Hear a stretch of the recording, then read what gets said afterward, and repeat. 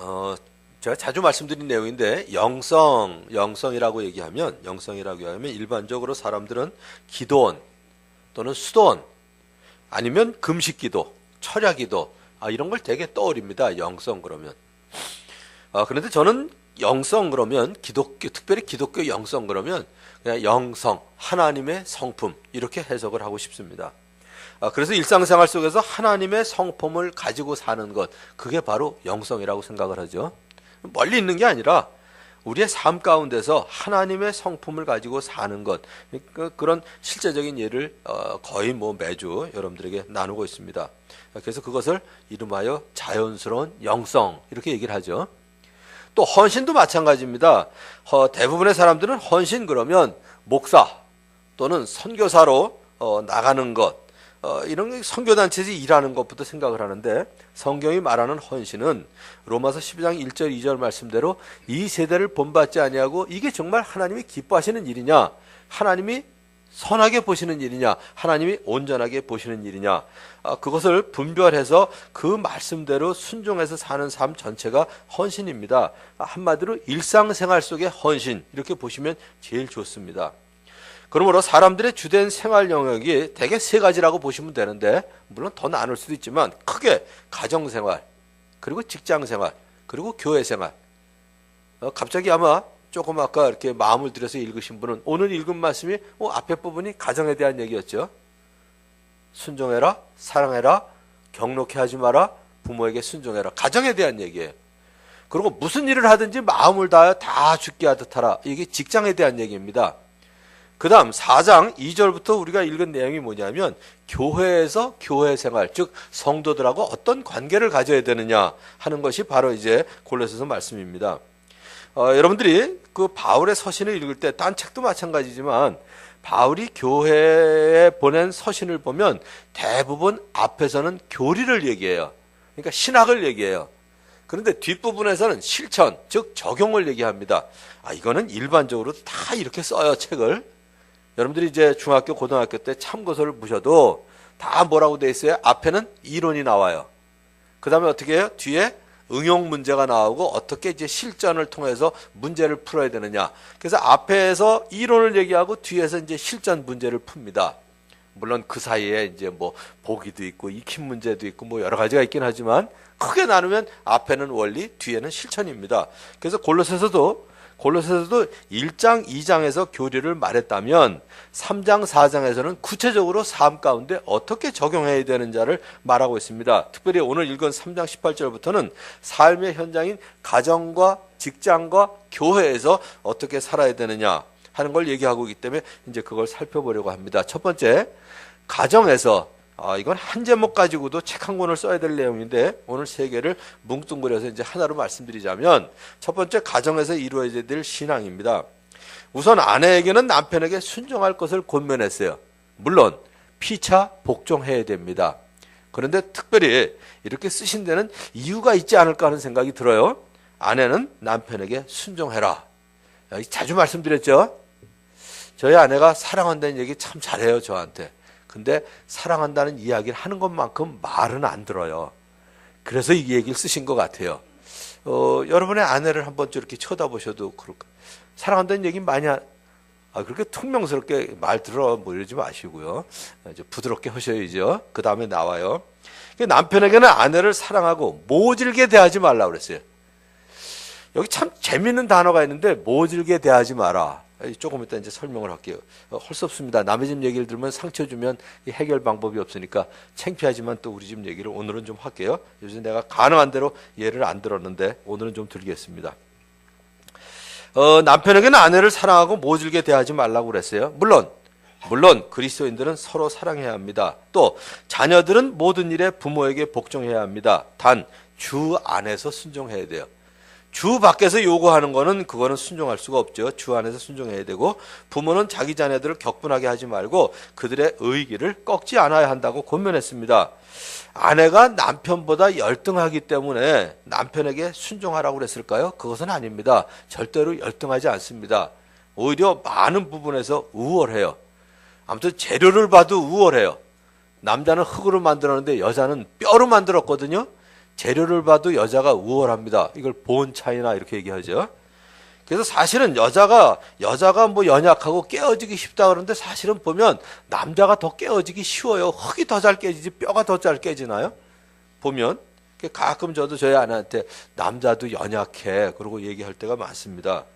이 아내가 남편보다 열등하기 때문에 남편에게 순종하라는 것은 아니고 가정의 질서를 위해서 가장으로서 남편은 가정에서 머리의 역할을 해야 한다는 말입니다.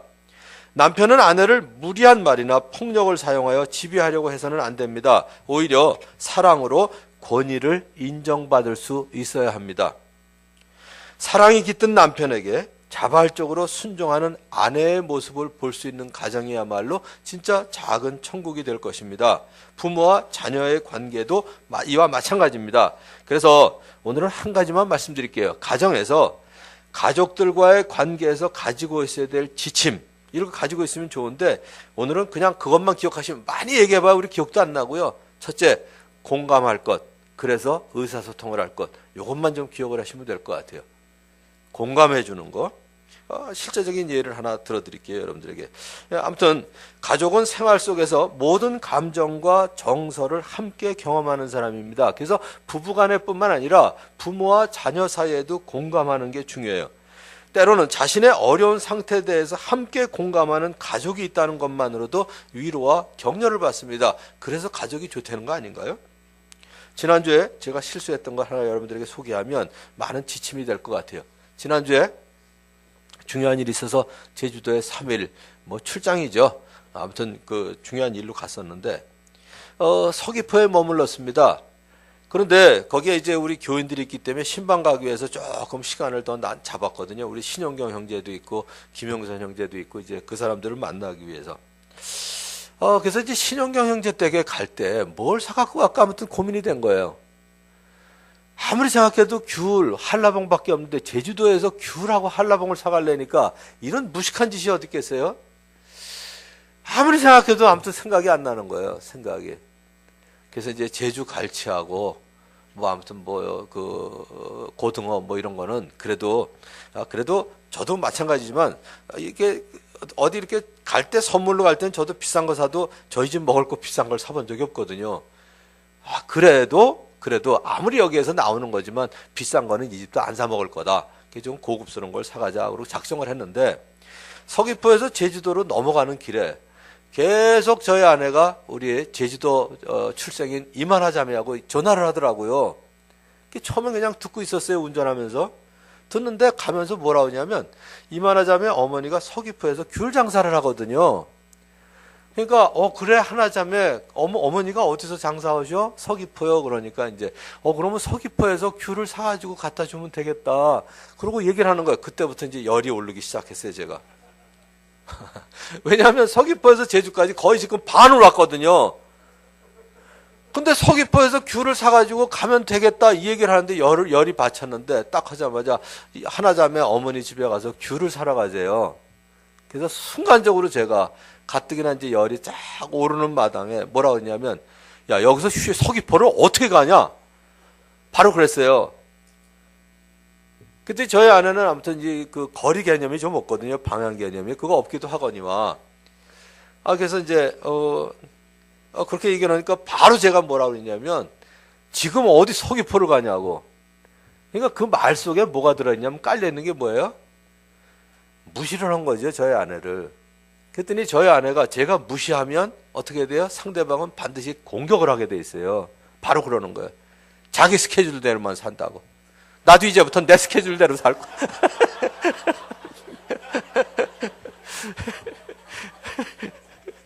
그러니까 내가 말을 안 했지만 스케줄 같은 소리 하고 있네. 이게 스케줄하고 무슨 관계가 있어 이게. 지금 여기 서귀포에서 제주까지 지금 반 왔거든. 제가 그랬어요. 그 다음에 얘기하면 이제 여기 싸움이 돼요. 저희 집에서 32년 동안 싸움이 없었다고 그러지만 갈등이 없었던 건 아니에요. 전 여기까지는 갈등이라고 생각하기 때문에 싸움이 없었다고 얘기하는 거지 전혀 갈등 없는 집이 어디 있겠어요. 저희가 맥시멈 가는 데가 여기예요. 여기서 얘기를 하면 이제 여기서부터 싸움이 일어나요. 그래서 이제 그때부터는 저희 둘은 말을 안 합니다. 냉전이 아니에요. 냉전하고 말을 안 하는 거하고 달라요. 여기서부터 더 얘기를 하면 이게 싸움이 될 때는 거기서 일단 끊어줘야 돼요. 끊어줘야 싸움이 안 일어나요. 냉전하고는 달라요. 냉전은 뭐냐면 너 그따위로 해? 내가 말을 하나 보다. 말을 하나 봐라. 이러면 냉전이에요. 근데 그 이상 얘기를 하면 이게 싸움이 될 때는 일단 멎어야죠. 이게 둘이 묘하죠. 같은 차 안에 타고 있으면서 같은 방향을 향해서 가고 있으면서 아무 소리도 안 하고 가는 거예요. 이게 분위기가 너무 안 좋잖아요. 그러니까 중간에 이럴 땐 딴 얘기를 해야죠. 저 한라산 좀 봐라. 허옇다.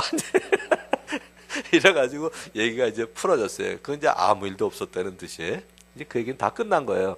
그 다음에 뭐 그걸 이렇게 하면 어떡하냐 따져봐야 이제 얘기가 되니까 얘기를 안 했어요. 자, 그런데 제가 만일에 그 얘기를 듣고요. 서귀포에서 하나 엄마 집에 가서 귤 사갖고 가자. 그랬을 때 제가 이렇게 했으면 어떨까요? 아이고 저런. 하나자매 어머니 댁에 귤을 샀으면 좋았을 걸. 벌써 한참 왔으니 어떻게 하지? 이렇게 했으면 얼마나 좋았겠어요, 그죠? 이렇게 하면 다 끝난 건데. 그러면 저희 아내가 뭐라 그랬을까요? 많이 왔어 벌써? 뭐 이러면 다 끝나는 거예요. 그러니까 저희 아내는 하나자매 어머니 거를 하나라도 더 팔아주고 싶은 그 마음에 내가 공감을 했더라면 끝나는 건데, 우리는 어떻게 해요? 원인 제공은 네가 했잖아. 화는 네가 돋갔잖아. 누가 잘못했을까요? 그러니까 원인 제공까지 한 걸 생각하면 저희 아내가 시작을 했어요. 근데 사실 원인 제공을 했지만 저희 아내는 부드럽게 말을 했거든요. 하나자매 엄마 집에서 귤 사가자. 아주 부드럽게 한 거예요. 근데 사실 제가 무시하는 공격을 시작한 거예요. 그러니까 어디서부터 잘못됐냐? 이건 따질 필요가 없어요. 저희 아내가 그 얘기를 했을 때 제가 공감만 했으면 간단한 건데, 화가 이만큼 올라왔을 때 아이고 저런, 하나자매 어머니 집에서 귤을 샀으면 좋았을 걸. 벌써 이만큼 왔으니 어떡하지? 이렇게 간지러운 얘기를 할 수가 없는 거예요.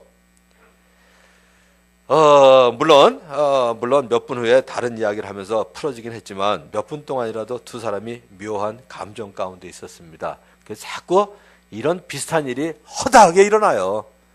그래서 제가 창피한 일이지만 이 얘기를 해드리는 이유는 왜 그러냐면, 여러분도 그런 상황이 닥쳤을 때 제 얘기를 한 번이라도 기억을 하시면 아마 여러분들에게 도움이 될 것 같아서 그래요. 첫째는 공감해라. 무시하지 말고. 또 무시하고 저쪽에서 공격이 왔더라도 그때는 더 이상 얘기하지 말고 냉전으로 가지 말고 다른 이야기로 풀어가라. 그래서 이제 말씀을 드려요. 하나만 더 얘기해 드릴게요. 이번에 이제 부모와 자녀에 대한 얘기예요. 저희 애가 초등학교 1학년 들어가서 한번 오줌을 싸고 온 적이 있어요. 학교에서. 학교에서 이제 오줌을 싸고 와가지고 집에서 뭐 초등학교 1학년 때 오줌 쌀 수도 있는 거죠.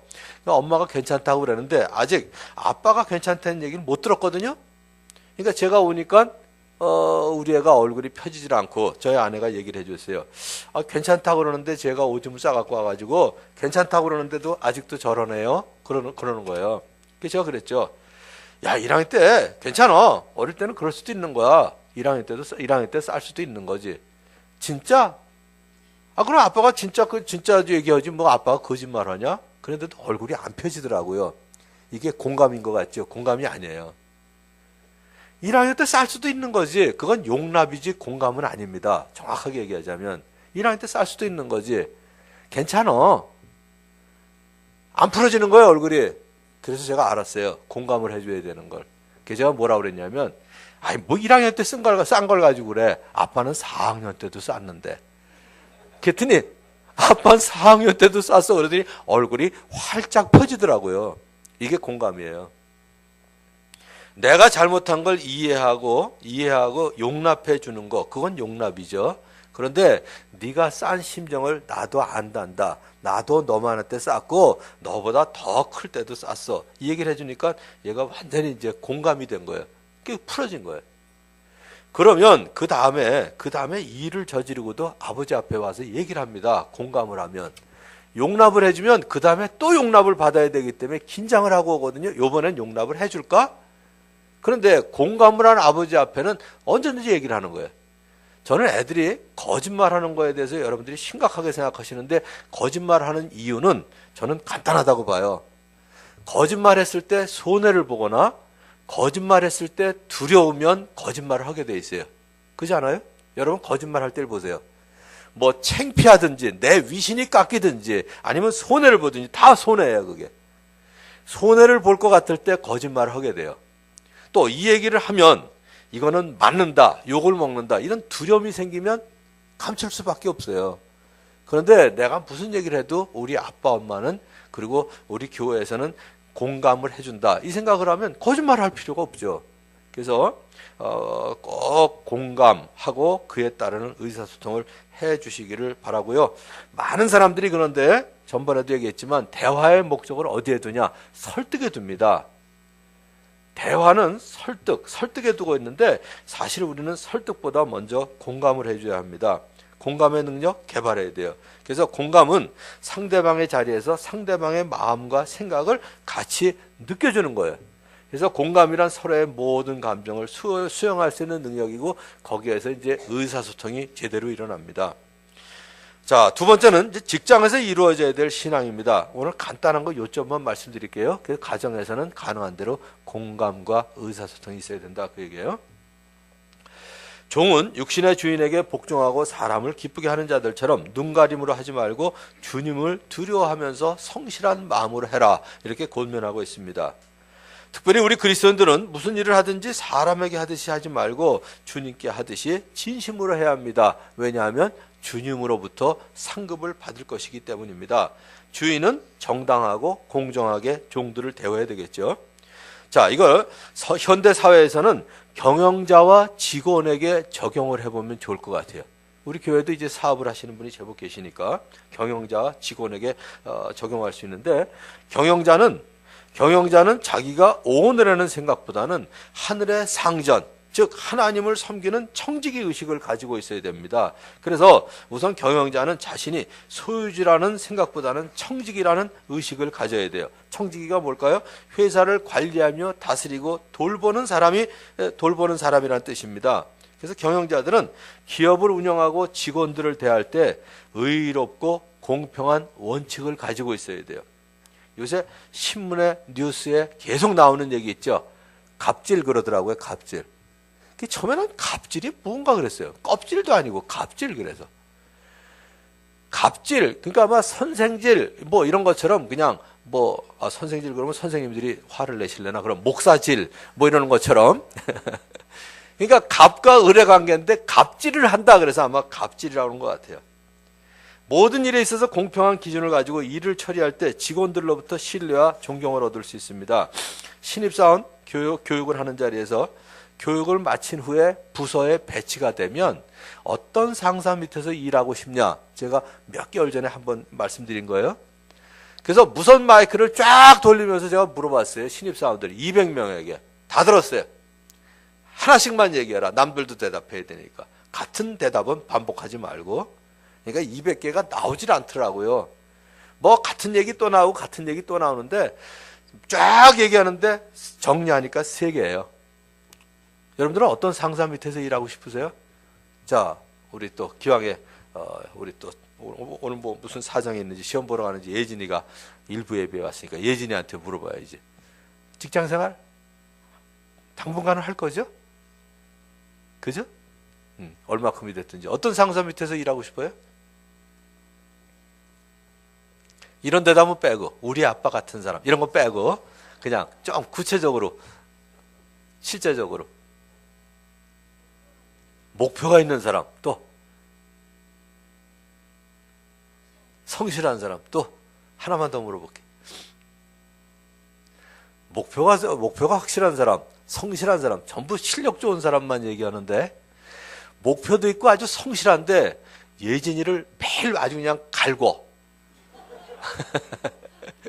일찍 출근하라 그러고 늦게 퇴근시키고 될까요? 안 되죠? 두 번째 성품이 좋아야 돼요. 성품도 좋고 실력도 좋은데 생전 아무튼 예진이를 출세는 안 시켜. 월급도 더 안 오르고 맨날 그 모양 그 꼴이에요. 그것도 안 되죠. 결국 대답이 3개로 요약되더라고요. 실력 좋은 상사, 성품 좋은 상사, 그리고 나를 진급시키고 월급을 오르게 하고 즉 부하를 잘 되게 해주는 상사 이 3가지면 끝이에요. 저는 우리 교회에서도 마찬가지라고 봐요. 우리 부교육자들은 제가 실력이 좋기를 원할 거예요. 설교든 행정이든 실력이 좋아야 그 밑에서 배울 게 있죠. 거기에다가 실력만 좋은데 자기를 너무 힘들게 곤란하죠. 일단 성품이 좋아야 될 거라고요. 뭐 어떤 때는 따뜻한 차라도 한 잔 사주고요. 점심이라도 사주고. 그래서 요새 열심히 제가 블루클럽 꼭 머리를 깎으러 가면 제가 돈을 내요.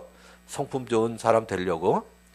그 다음에 세 번째는 이 사람들을 꼭 성공시켜주는 담임 목사가 되는 거. 결국 이 세 가지를 원해요. 이 세 가지를.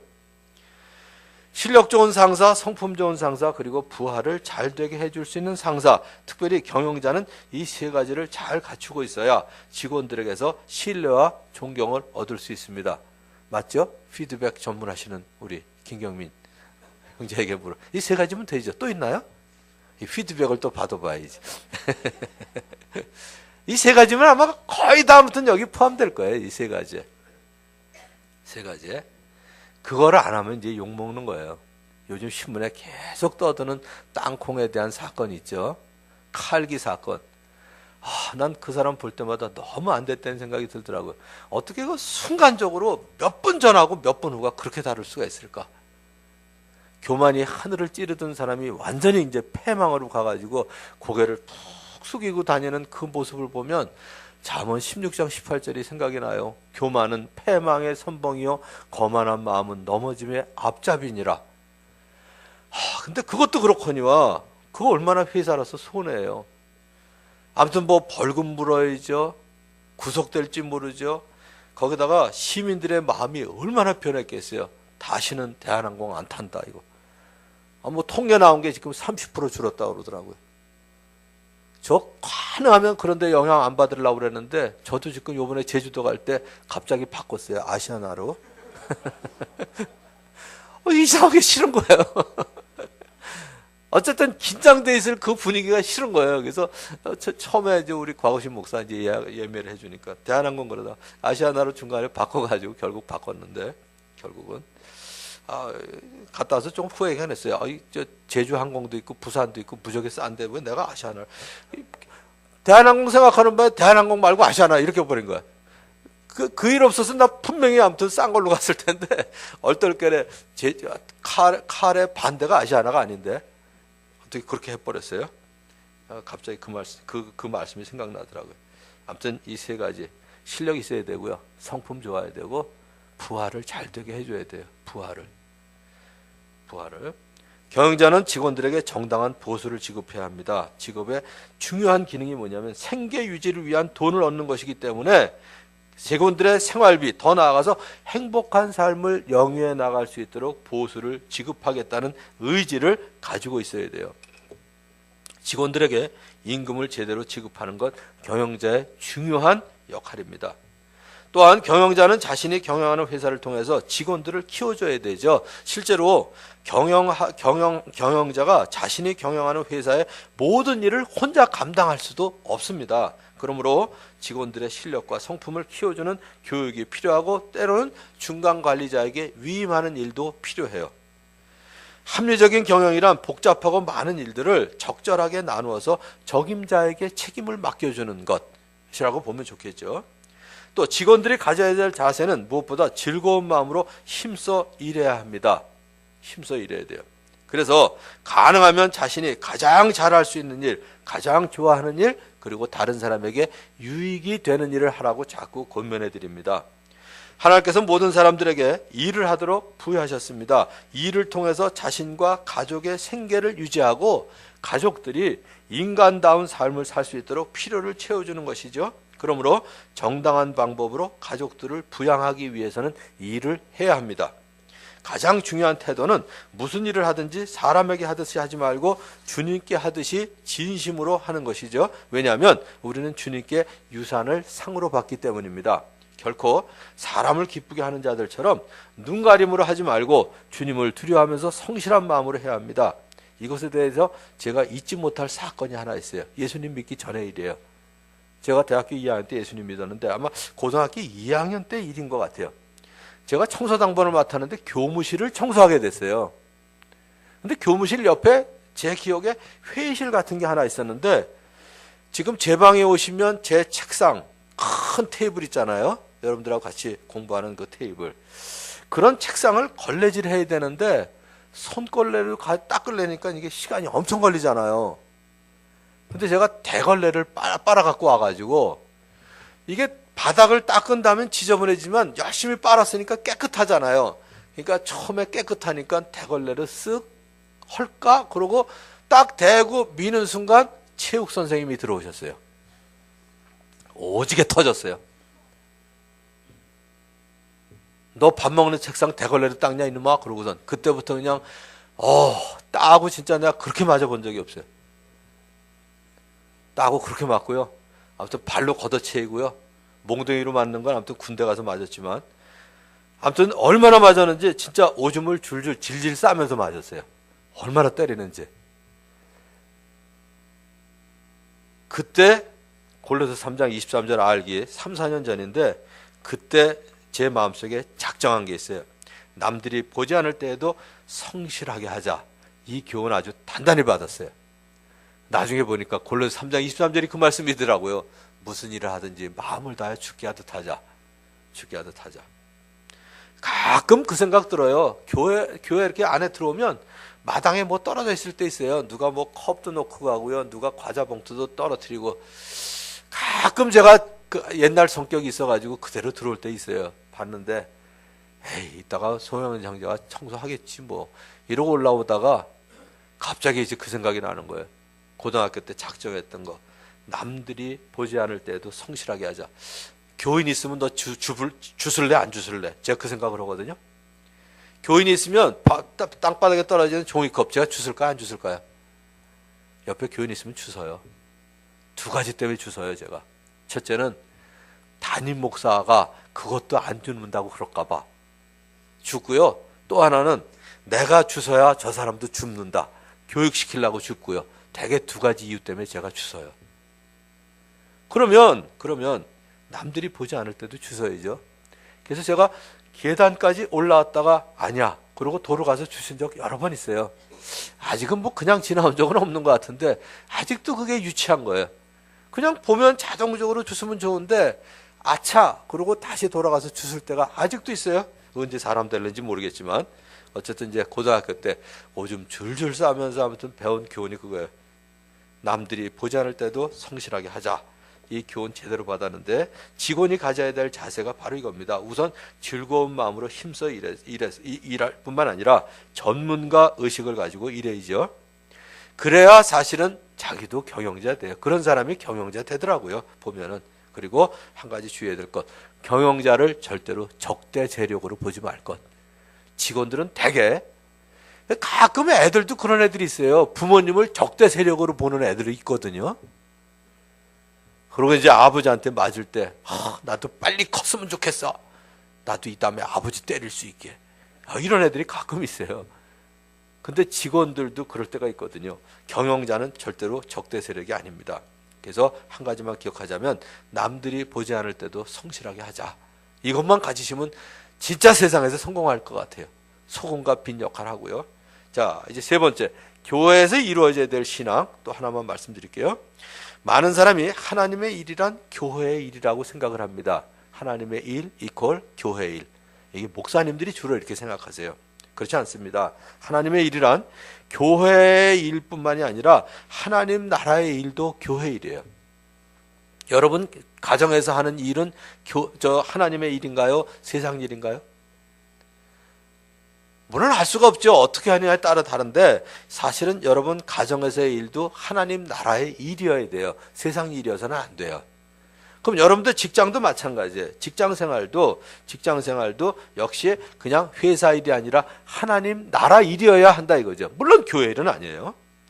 근데 대부분의 성도들이 주일에는 교회에서 교회 일을 하고 평일에는 직장에서 일을 하고 있습니다. 그런데 직장에서 하는 일을 하나님의 일을 하듯이, 즉 하나님 나라의 일을 하듯이 해야 된다 이런 얘기입니다. 신앙생활은 교회에서만 이루어지는 것이 아닙니다. 우리의 삶 전체가 하나님께서 기뻐하실 거룩한 산제사여야 합니다. 교회가 해야 할 역할은 뭐냐? 성도들이 일상생활 속에서 신앙생활을 잘 할 수 있도록 도와드리는 게 사실은 교회 일이어야 돼요. 월요일부터 토요일까지 영적 전투를 잘 하시도록 탄알도 채워드리고 기름도 넣어드려야 되는 게 교회 일이고요. 무엇보다도 뭐에? 기도에 힘써야 됩니다. 성령님의 능력을 힘입지 않고서는 예수님을 주님이라고 고백할 수도 없고 주님을 기쁘시게 할 삶을 살기도 참 어렵습니다. 특별히 요즘 세상은 더 그래요. 영혼 구원을 위해서 전도의 문이 열리도록 기도하고 말씀 사역을 하는 분들을 위해서 기도하는 것도 우리가 해야 될 일입니다. 오늘 말씀 보시면요, 그 뒤에 쭉 나오는 내용이 뭐냐면 사도 바울은 전도의 베테랑으로 알고 있죠. 우리는 정말 전도 잘하신 분이잖아요. 그런데 사도 바울이 뭐라고 기도하냐면 또 하나님께서 전도의 문을 우리에게 열어주셔서 우리가 그리스도의 비밀을 말할 수 있도록 우리를 위해서도 기도하여 주십시오. 나는 이 비밀을 전하는 일로 매여 있습니다. 이렇게 기도 부탁을 하고 있어요. 전도의 베테랑인 사도 바울이 전도에 대한 기도 부탁을 한다면 우린 뭐 더 말할 것도 없죠. 그래서 우리도 정해놓은 대로 복음을 전하기만 하면 믿을 것 같은 5명의 VIP, 아무리 전해도 믿을 것 같지 않은 VIP를 위해서 기도하고 있는 거예요. 뿐만 아니라 매월 3번째 토요일에 예수영전 모임에서 제가 복음을 온전히 전할 수 있도록, 그래서 어제도 5분이 예수님 영접하셨어요. 12월 달에 예수님 영접하는 분이 있으니까 얼마나 더 좋은지. 또 한 7분이 또 구원의 확신을 하셨고요. 또 5분이 예수님을 영접하셨는데, 그래서 영접 모임을 위해서 제가 복음을 계속 온전히 전할 수 있도록 기도 꼭 해주시기 바랍니다. 매월 셋째 주 토요일이에요. 또 우리 청소년들도 예수님을 믿어야 되기 때문에 매월 셋째 주 주일, 오늘이에요. 오늘 2시부터 4시까지는 중학교 3학년 학생들 제 방에서 예수영전 모임을 할 거니까 꼭 기도해 주시고요. 그리고 고3 학생들, 대학부에 올라가는 학생들은 제가 오늘 오후 4시에 우리 집으로 불러서 일단 식사 대접을 하려고 그래요. 도미노 피자하고 치킨하고 시켜서 일단 먹어야죠. 먹어야 인심이 생기니까.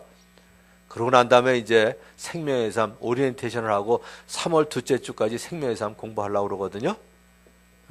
그래서 여러분 부모님들 특별히 위해서 기도해 주시고요. 여러분도 꼭 기도해 주시기 바라요. 자, 그래서 외부 사람들을 대할 때는 지혜롭게 대하여 기회를 선용하라고 했습니다. 우리의 언어를 소금으로 맛을 내는 것처럼 은혜가 우리 말 속에 넘쳐야 돼요. 그냥 말만 들어도 위로가 되고 격려도 되고, 입만 벌리면 꼭 가르치려고 들어. 그러고선 꼭 그럴 때 목사를 욕먹이는 사람이 있어요. 네가 목사야? 나한테 훈시를 하게? 이러고. 목사가 훈시하는 사람인가요? 난 그럴 때마다 참 어려운 것 중에 하나가, 가끔 애들이 말 안 들을 때 제가 지나가면 엄마가 꼭 그러는 분이 있어요. 아빠도 그러는 분이 있고. 뭐라냐, 목사님이 이놈 한다 그러는 거야. 나 그런 적 없어요. 애들한테 이놈 한 적이 없는데 왜 목사에 대한 이미지를 배려놓는지 모르겠어요. 나 아주 그럴 때마다 너무 싫어. 한 번은 엘리베이터를 탔는데 당연히 저를 모르는 사람이죠. 딸내미가 하나 있는데 찡찡거리는 거예요. 근데 또 뭐라냐면 할아버지가 이놈 한다 그래요. 그래서 할아버지가 있나 봤어요. 그때 저밖에 없더라고요. 뭐 이런 여자가 있어? 내가 속으로 그랬어요. 가뜩이나 내가 이놈 그러지도 않는데 나보고 할아버지라고. 저 지금도 그 여자 얼굴이 기억이 나요. 정말 우리는 무슨 말을 해도 그 속에 정말 은혜가 있었으면 좋겠어요. 그 사람만 만나면 그냥 너무 좋은 거 있잖아요. 왜? 위로의 말, 격려의 말.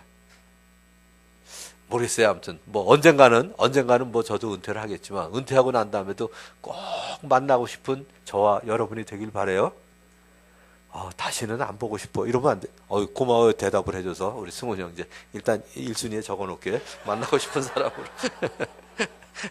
지금이야 뭐 담임 목사니까 당연히 주일날 만나죠. 근데 진짜 관계는요, 그만뒀을 때 봐야 돼요.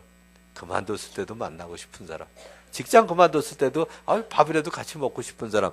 괜히 그냥 쓸쓸하면 전화라도 한번 걸고 싶은 사람. 밥이라도 같이 먹고 싶은 사람. 좀 이런 사람이 돼야죠, 서로. 그게 사실은 교회예요. 딴 거 말고요. 내가 만일에 어디를 이사를 가서 같은 교회에 못 나오더라도 연락하고 싶은 사람. 그런 관계를 유지하면 저는 교회는 뭐 그게 다라고 봐요. 그게.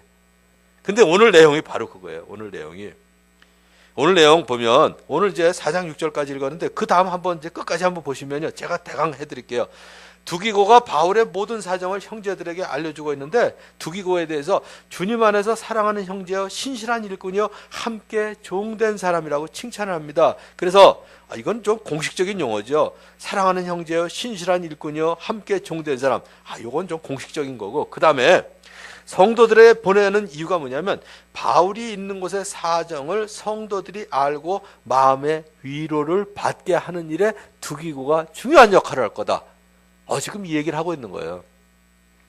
성도들 간에 서로 사정을 알리고 성도들을 칭찬하는 일을 통해서 서로 위로받기도 하고 반갑게 맞아들이기도 해야 됩니다. 얼마 전에 우리 수산이가 병원에 입원했을 때 여러분들이 아무튼 수십 명이 아무튼 계속 카톡에다가 올려가지고 기도하고요. 그 다음에 의식이 깨어났을 때 얼마나 기뻐했어요. 그게 바로 교회죠. 바로 지난주에 그랬죠. 오늘 마침 저 뒤에 와 있는데 우리 정병현 형제가 지금 퇴원해서 와이프가 앉아있으니까 너무 이쁘죠. 우리 박수 한번 쳐야 되겠어요. 잘 왔다고. 네. 이제 일어날 수 있죠? 그래요. 일어나서 인사 한번 하세요. 네. 갔더니 기부스하고 일어나지도 못하고 누워있는데 얼마나 안 되는지. 근데 그날 뭐 카톡 제가 보니까요. 뭐 아무튼 제가 20몇 개인가 올렸을 때 병문안 갔었는데 이렇게 앉아있으니까 얼마나 좋아요. 그게 교회죠. 거기다가 또 전소연 자매가 애기 낳는데 양수가 모자라가지고 원래 이번 주간에 낳아야 될 건데 지난 주간에 낳았거든요. 양수가 부족해서 어떻게 될지 모르겠다고 지난주에 기도했는데 아무튼 병원 가서 그 중계방송을 하더라고요. 남편이 이제 3cm 열렸습니다. 기도해 주세요. 4cm 열렸습니다. 기도해 주세요. 나는 좀 민망하던데. 아무튼 그래도 어쨌든 얼마나 그래. 나중에 애기 낳았다고 올렸는데 전화가 왔더니 남편이 막 울더라고요. 애기 낳았다고.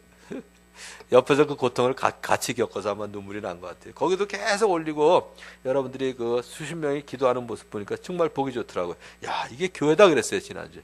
이게 교회다. 여기 사도 바울이 1차 전도 여행을 하는 도중에 떠나가 버렸던 마가가 있잖아요. 마가. 이 마가에 대해서도 처음엔 그랬지만 뭐라고 얘기해요? 마가가 여러분에게 가거든 잘 영접하라는 지시를 여러분이 이미 받았을 줄 압니다. 라고 기록하는 모습을 보니까 너무 보기 좋은 거예요. 어찌하든 우리는 서로의 사랑을 전해줌으로써 서로에게 걸림돌이 되는 게 아니라 디딤돌이 되죠. 디딤돌이. 그게 바로 교회 생활의 진수입니다. 예수님께서 일찍이 기도하신 것처럼 우리가 하나 되는 거, 그리고 진리의 말씀으로 거룩하게 되는 거, 우리가 하나된 모습, 거룩하게 사는 모습 보면요, 세상 사람들이 절대로 개독교라고 욕을 안 하죠. 그리스도인들이 하나가 되고요, 정말 진리 안에서 정말 우리하고 다른 삶을 사는 걸 보면 그 사람들 저절로 들어오고 싶겠죠. 그래서 하나님을 알게 되는 거, 이 세 가지가 예수님이 기도하셨던 기도 내용입니다. 예수님이 우리 교회를 볼 때 정말 내 기도가 이루어졌구나 하는 교회가 되길 바랍니다. 하나된 교회, 진리의 말씀으로 거룩하게 되는 교회, 우리 교회로 말미암아 많은 사람들이 구원받도록 도움을 받는 교회. 그래서 이렇게 가정생활과 직장생활과 교회생활을 통해서 정말 주님 앞에 영광 돌리는 귀한 삶을 사시는 저와 여러분이 되기를 주님의 이름으로 축원합니다. 기도하겠습니다. 자, 오늘도 이제 가정과 직장과 교회에 대한 말씀 드렸는데 하나님께서 여러분들에게 각자 말씀해 주시는 내용을 가지고 혹은 자복하시고 회개하시고요, 혹은 감사하시고 혹은 다짐하는 기도 1분 정도 하신 다음에 제가 기도하도록 하겠습니다. 하나님 아버지 감사합니다. 우리를 자유케 하는 하나님의 말씀을 한글로 써주신 것 정말 감사합니다. 이 말씀을 통해서 우리의 삶이 정말 풍성한 열매를 맺도록 도와주시니 감사합니다. 오늘 말씀 주신 대로 우리 성도들의 각 가정이 정말 공감하는 가정 되도록 도와주시옵소서. 직장은 서로를 잘 되게 하고 또 서로를 윤택하게 하는 그러한 직장 되게 하시고, 또 우리 교회는 정말 여러 가지 사정으로 인해서 이 교회에 함께 있지 못하더라도 서로 연락하고 싶고 서로 위로하고 격려받을 수 있는 아름다운 교회 되도록 주께서 축복해 주시옵소서. 예수님의 이름으로 기도하옵나이다. 아멘.